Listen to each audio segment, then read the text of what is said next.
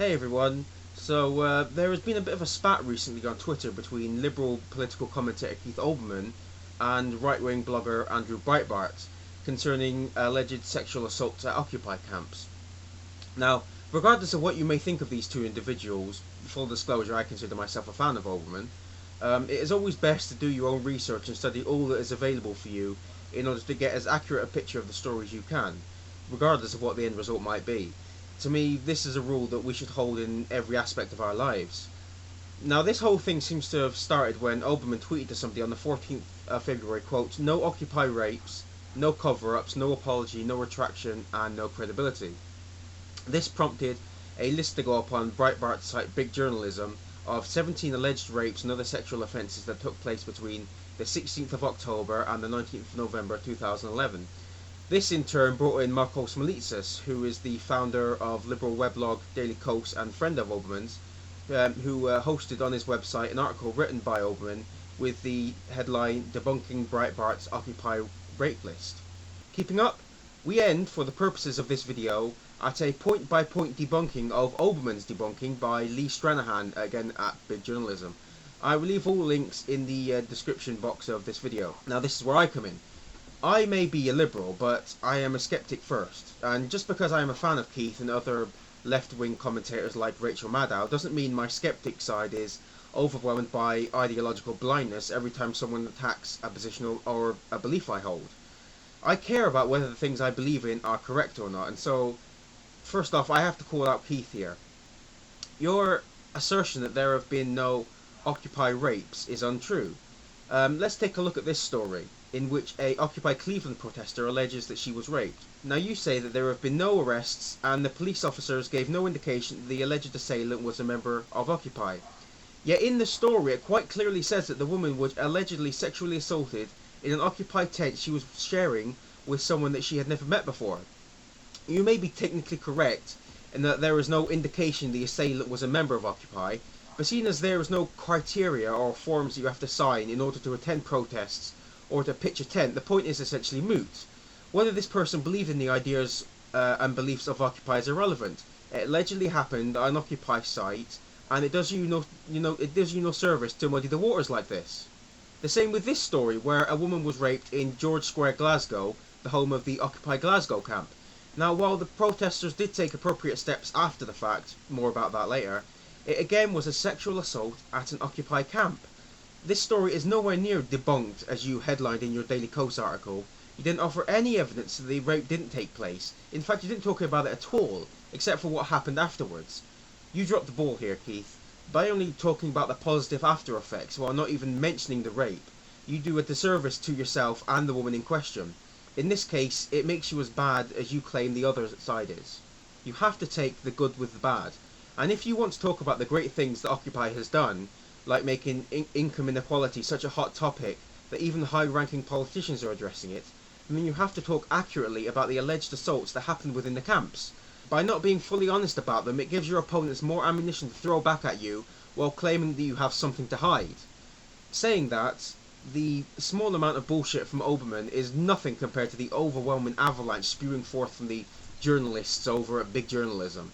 Let's start with this story where a sex offender, Raymond Allen Curtis, registered his address as Lowensdale Square, the same location as the Occupy Portland camp.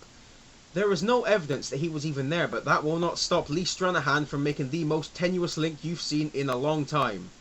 From his article, quote, "With no Occupy camp, the guy couldn't have listed his address at Occupy." That is true. However, would Mr. Stranahan be so quick at blaming the addressee if, say, this person listed his address as the governor's mansion, or maybe the nearest Starbucks? There is a way of talking many people use during their day-to-day lives, Mr. Stranahan, that you evidently have never heard of. It's called lying, where a person says the opposite of what is true. You'll fare better in this world if you don't just take things on face value. And what about this story, where a city woman is accused of pimping out a 16-year-old girl she met at Victory Park during the Occupy New Hampshire demonstrations? Lee Stranahan says, quote, "So you have to be pimping at Occupy for it to count for Olbermann? Meeting at Occupy doesn't count as Occupy related? No? Really? Okay." Is this the standard that we're keeping to, trying to slime an entire movement because somebody met someone else and then committed a crime? If you can count that, then I can count this story. in which Denita Kilcullen, the founder of the Fort Lauderdale Tea Party, was arrested on a charge of battery on a police officer after she got drunk and kicked a police officer twice in the chest with her 3-inch stiletto high heels. Actually, if two people meeting at an event and a crime happening later on can be blamed on the event, then what about murderers and rapists who go around bars and clubs looking for women? I doubt you would be on the case of Jay-Z if someone got assaulted after meeting some guy at his 40-40 club. But that's what you're trying to do. You're trying to tar the entire Occupy movement with these allegations and hoping that they'll stick, as if whenever such things happened around Occupy camps, action was not taken swiftly. Did it ever occur to your tiny little brains that maybe these incidents happened as a result of Occupy, but not because of it? What I mean by that is that don't you think that rapists and deviants will be drawn to a place that had a large group of people, unsupervised, a lot of whom were there on their own? Doesn't that sound like a place where people of that sort would gather to try and commit assaults? You don't really take that into account, do you? They're at the Occupy camps, therefore they must agree with the goals of that movement.